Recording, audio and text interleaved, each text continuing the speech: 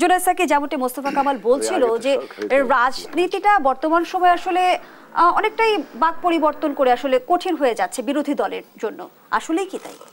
ধন্যবাদ। আমি আমার সহালোচক সহ যারা দেখছেন সবাইকে সালাম এবং শুভেচ্ছা জানাচ্ছি। এটা তো ওবায়দুল কাদের সাহেব সবসময় নানাভাবে যে কথাগুলো বলেন তার মধ্যে একটা সত্যতা থাকে, এই অর্থে যে তিনি বাস্তবতা বলেন, বিরোধী দলের জন্য বার্তা বলেন, সেগুলো দেন, সেগুলো অনেক ক্ষেত্রেই আমরা বাস্তব হতেও দেখি। তো এই কথা তো তিনি ঠিকই বলেছেন যে বিএনপির জন্য রাজনীতি করাটা বেশ কঠিন হয়ে গেছে। তো কঠিনটা বিএনপির কারণে হয়েছে না ওনারা করেছেন, এটা নিয়ে হয়তো বিতর্ক হবে, কিন্তু বাস্তবত বাংলাদেশের সব মানুষই তো জানে যে সব বিরোধী দলের জন্যই রাজনীতি করাটা কঠিন হয়ে গেছে এবং সাধারণভাবে দেশের রাজনীতি এখন আর রাজনীতিতে নাই। এটা একটা বলতে পারেন দুর্বৃত্তদের মধ্যে কি ব্যবস্থাপনা হবে সেটার একটা ব্যাপার। এখন দেখেন যে কোনো একটা এমনকি খুব ভালো গণতান্ত্রিক দেশেও রাজনৈতিক প্রক্রিয়ার মধ্যে যে কিছু দুর্বৃত্ত টাইপের লোক, মাফিয়া টাইপের লোক, খুনি টাইপের লোক, নানা ধরনের অন্যায় অসাধু কাজ, চোরাকারবারি বলেন, আন্ডারওয়ার্ল্ড বলেন, লুটপাটকারী বলেন, এগুলো যে এরা যে ঢুকে যায় না তা না। কিন্তু আপনি যখন দেখবেন যে একটা দেশের মধ্যে সেনাবাহিনীর প্রধান, সাবেক সেনাবাহিনীর প্রধান যিনি ইমিডিয়েট পাস্ট, তার বিরুদ্ধে দুর্নীতির অভিযোগ আসছে এবং আন্তর্জাতিকভাবে তিনি স্যাংশনের মুখোমুখি হচ্ছেন। একটা দেশের পুলিশ বাহিনীর প্রধান যিনি আবার র্যাবেরও প্রধান ছিলেন, দুটো ইনস্টিটিউশনের প্রধান বেনজির সাহেব, তার বিরুদ্ধে আগেই স্যাংশনের মুখোমুখি তিনি হয়েছেন, প্রতিষ্ঠানও হয়েছে এবং তার এখন হাজার হাজার কোটি টাকার সম্পদের ব্যাপারটা সামনে এসছে। এবং একজন এমপি যিনি মর্মান্তিকভাবে একটা মৃত্যুর শিকার হয়েছেন বলে বলা হচ্ছে, মানে এটা তো এখনো যেহেতু সরকারিভাবে গ্যারান্টিড তার মরদেহ পাওয়া যায়নি, সেই দিক থেকে বললাম। তো এইরকম মর্মান্তিক মৃত্যুতে আমরা তো সকল মানুষই সাধারণভাবে হতভম্ব হয়ে যাওয়ার মতো অবস্থা। কিন্তু আড়ালে বেরিয়ে আসছে যে তিনি ব্যবসায়িক দ্বন্দ্বে, এবং সেই ব্যবসা হচ্ছে আন্তর্জাতিক চোরাকারবারির এক বিশাল নেটওয়ার্কের জায়গা, এবং যেখানে দেখা যাচ্ছে তার বিরুদ্ধে 21টি মামলা ছিল এবং সেই মামলাতে ইন্টারপোলের উনি ওয়ান্টেড মানে রেড নোটিস ছিল, তিনি গ্রেফতারও হয়েছিলেন।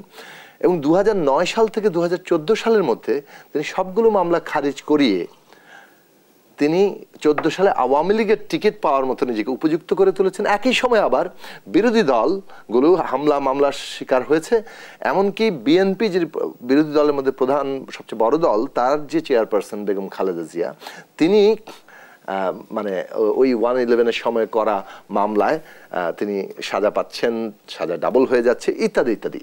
এই যে পুরো ব্যাপারটি ঘটলো, এটা কেন ঘটলো? কারণ একটা দল নির্বাচন ব্যাপারটাকে উঠিয়ে দিয়ে ক্ষমতায় থাকতে চেয়েছে এবং ক্ষমতায় থাকতে গিয়ে রাষ্ট্রীয় প্রতিষ্ঠানগুলোকে, তার কর্তা ব্যক্তিদেরকে এই যে ভোট ছাড়া ক্ষমতায় থাকাতে কাজে লাগিয়েছে, ব্যবহার করেছে রাজনৈতিকভাবে। বিনিময়ে তাদের এই অবাধে স্বেচ্ছাচারিতা বলেন, দুর্নীতি বলেন, মানে ক্ষমতার অপব্যবহার বলেন, সম্পদের পাহাড় বলেন, পাচার বলেন, মানবাধিকার লঙ্ঘন বলেন, সব ধরনের অভিযোগে তারা অভিযুক্ত হচ্ছেন। এই যে জায়গাটা, এই সম্পর্কটাকে আমরা গুরুত্বের সাথে দিচ্ছি। এইটা হচ্ছে একটা গুণগতভাবে একটা খারাপ গুণের দিকে আমাদের কি বলে আমরা ধাবিত হয়েছি, এবং এইটাতে নেমে এসছে আমাদের রাষ্ট্রটা, আমাদের রাজনীতি। রাষ্ট্র এবং রাজনীতি একটা দুর্বৃত্ত প্রক্রিয়ার একটা ব্যাপারে পরিণত হয়েছে।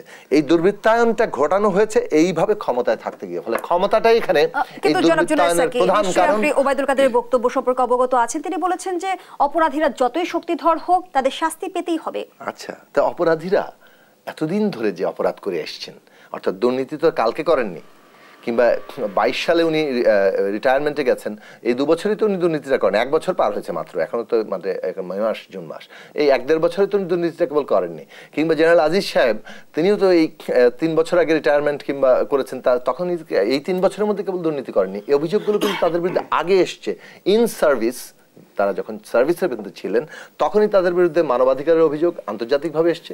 জেনারেল আজিজ সাহেবের বিরুদ্ধে আন্তর্জাতিক রিপোর্ট হয়েছে, কিন্তু দেশের দিক থেকে এগুলোকে তখন তুড়ি মেরে উড়িয়ে দেওয়া হয়েছে। এখনো সরকার বলছে সরকার মোটেই বিব্রত নয়, কারণ বিব্রত হবে কেন?